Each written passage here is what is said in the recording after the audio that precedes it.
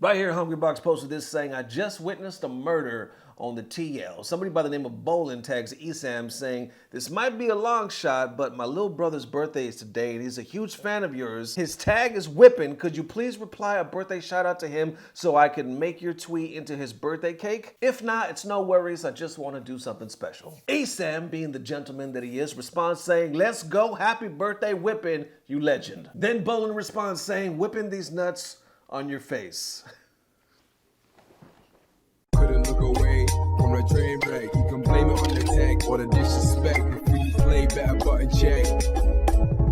Button check.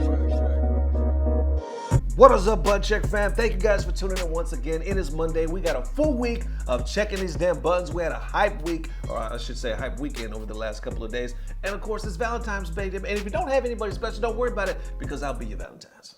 And I'm a cheap date. Just give me a like and subscribe and I'll do some freaky shit.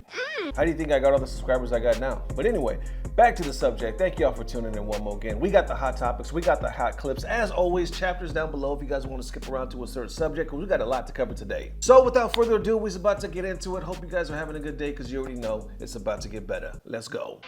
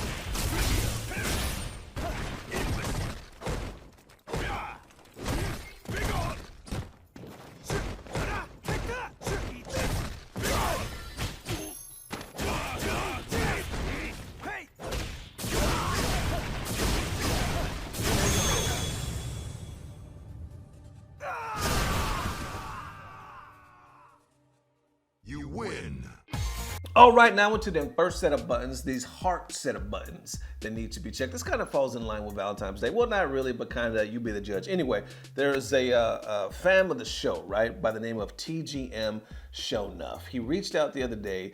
I guess he does this series on his channel called Heart Check. He did one of button check, basically just reaching out, giving us some encouragement. It was amazing. I was like really touched by it. Check out a clip. Check.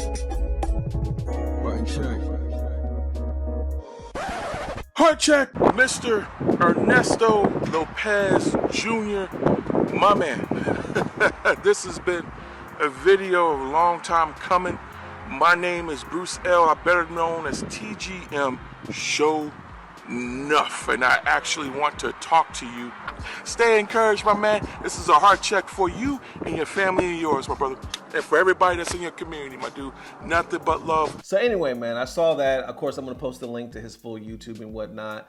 And I was blown away. I was like, that actually really, really uplifted me. You know what I'm saying? Put a smile on my face and I showed it to the missus as well. And on top of that, he also has another series. Looks like he talks about a few different subjects, but he has one about weight loss and whatnot, self-confidence. I'll post the link down below. Check that out. What this gentleman is doing is really cool because he's here to bring positivity, and all his videos looks like it's geared like that. He loves the FGC, loves his life, very positive, and he just wants to share it. Big up to Sho Nuff. Thank you for the love. Thank you for reaching out. Definitely show him some love. And real quick, I also wanted to give another special shout out. There's a gentleman by the name of Triforce. Some of you might be familiar with him. He's definitely been in the FGC for quite some time.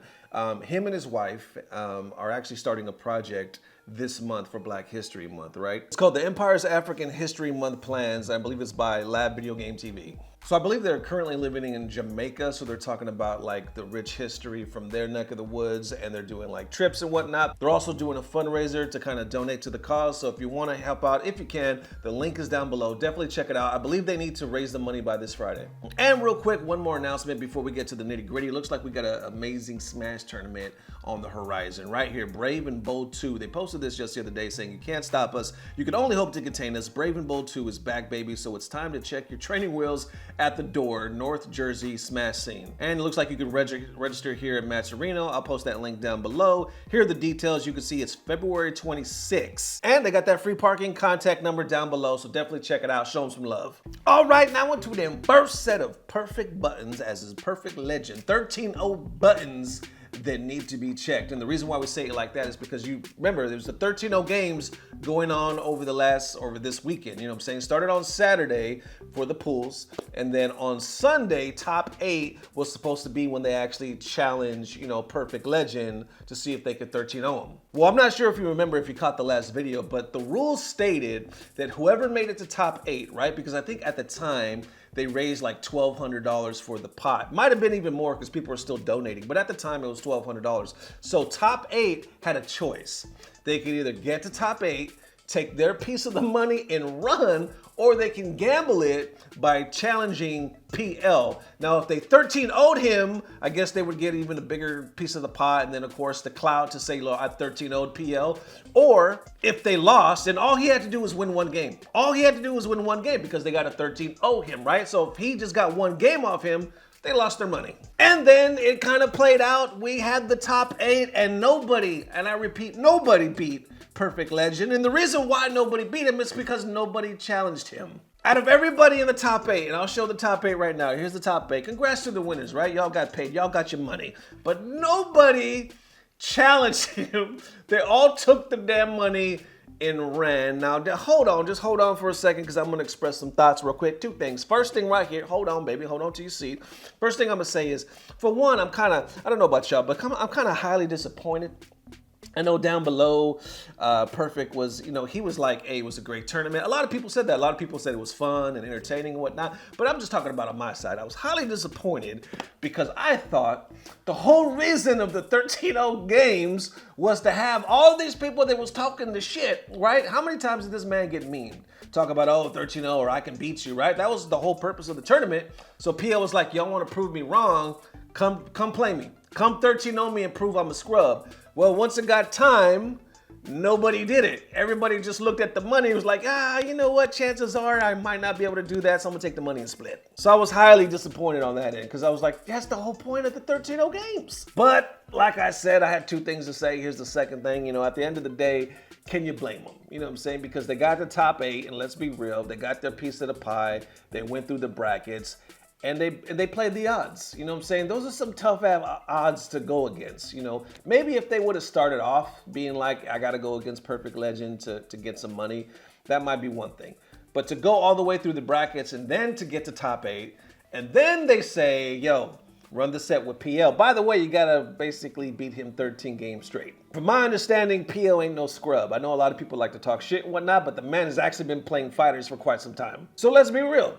The players played the odds and they were like, yo, I see the money I get, whether it's $100, $200, $300, whatever their piece of the pie was, you know what I'm saying? And they were like, you know what, I'd rather keep the money. And honestly, I mean, let me know if you agree or disagree, but would y'all have done the same thing?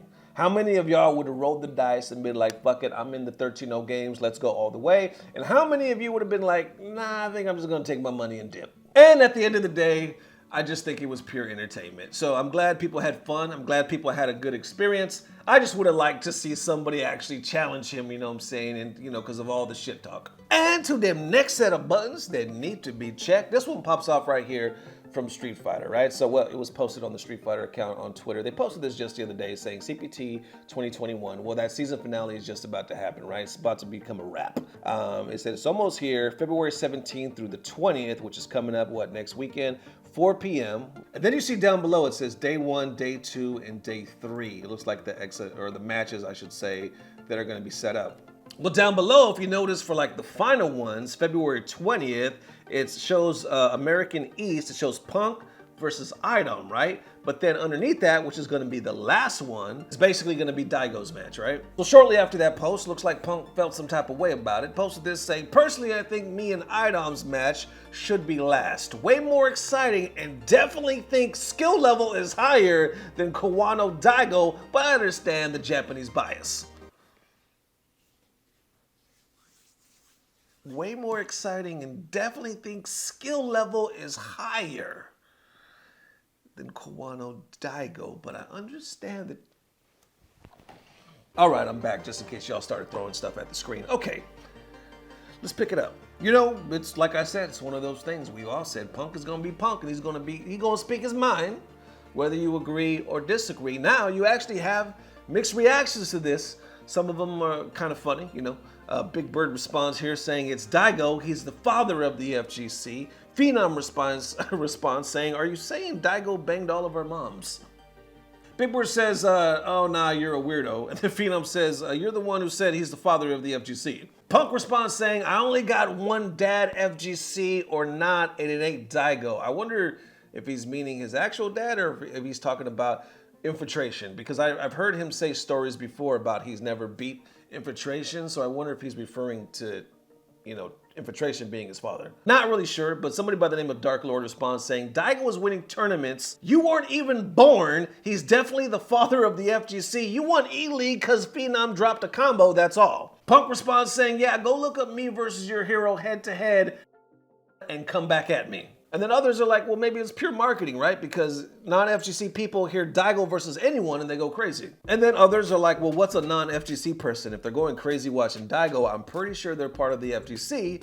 Some disagree though, saying incorrect. Daigo is a big name in Japan. Man, he's gone to schools to become a motivational speaker and did a darn commercial with Mercedes-Benz. And of course, it kind of just goes on and on from there. So what do y'all think? Like, one can say, make the argument, that of course Punk is one of the best players in the world, Street Fighter players, right? At one point, for a while, he was considered the best. On the other hand, you got Lord Daigo, right? Who's like, you know, some making the point, he's the father. Some say he's the Michael Jordan of the FGC. You know, it's between him and Justin. A lot of people make that point, right? But then you have Punk saying this statement saying, whoa, don't put him as the finale, baby. Put me as the finale, because not only would it be more exciting, but you know, the skill level is going to be higher. Then I seen some even make the argument like, well, it's more of a matchup because the matchup between, you know, Punk and Idom would be more intense than it would be versus Daigo and Kawano. But you know, some even disagree with that. So I don't know. I'll just say this. Like I've said multiple times,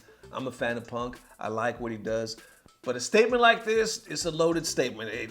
That's why I backed up after I said it, because like, woo, you got some balls, baby, saying something like this. So what do y'all think? Definitely let me know how you feeling down below. Do you think it's marketing? Do you think, nah, Daigo's just more popular, so they're trying to bring more eyeballs? Or do you think it's Japanese bias, like Punk is saying? There it is, ladies and gents. Definitely let me know how you feeling. Thank you guys for watching and supporting the channel as always. Today's, you know, it's Valentine's Day. It's not HT, but I feel like it's closer to it. We probably should have saved it, you know what I'm saying? But I didn't post over the weekend, so I felt like I had to post today. And it's Valentine's Day. In special announcement, actually, in celebration or in honor of Valentine's Day, I wanted to point out, a lot of people missed it, that this young lady right here in Street Fighter 2 in the background, right? Some people, it was controversial, right, when this background character came out, because a lot of people didn't know if she was doing something crude, you know, or it was just, I mean, to me, it looks amazing, but you know what the hell I'm trying to say. Anyway, the voice actress for this character just came out, and she's here in the studio recording her next lines. You can see it here. And she looks like she's, you know, she's very talented. She's very talented. She hits her mark. Her mark hits her back in the throat, apparently. There it is one more again. Thank you guys for all the amazing love. We will see you soon. If not tomorrow, definitely the next day. See y'all soon. Love you forever. Peace. Blah, blah, blah. Subscribe. Apparently, y'all know the ASMR is popular on Twitch. Well, they lick the ears. But what's really the difference? You feel me? If a young lady is doing this and it's okay, noise-wise, what's the difference? It's the same shit. Like, noise-wise, it's coming through the same. But you're telling me because the motion is this that automatically she gets banned. So basically Twitch is telling all streamers and ASMR people out there, just a tip. Just hold on now. Hold on with all that back of the here. No. Just a tip. And that is today's FGC tip of the week from us to you. It's a new series called Just a Tip. Here's just a tip from us to you. Just the end of is just a tip. Here's the tip. This is bad. I'm sorry. Happy Valentine's Day. I'm out.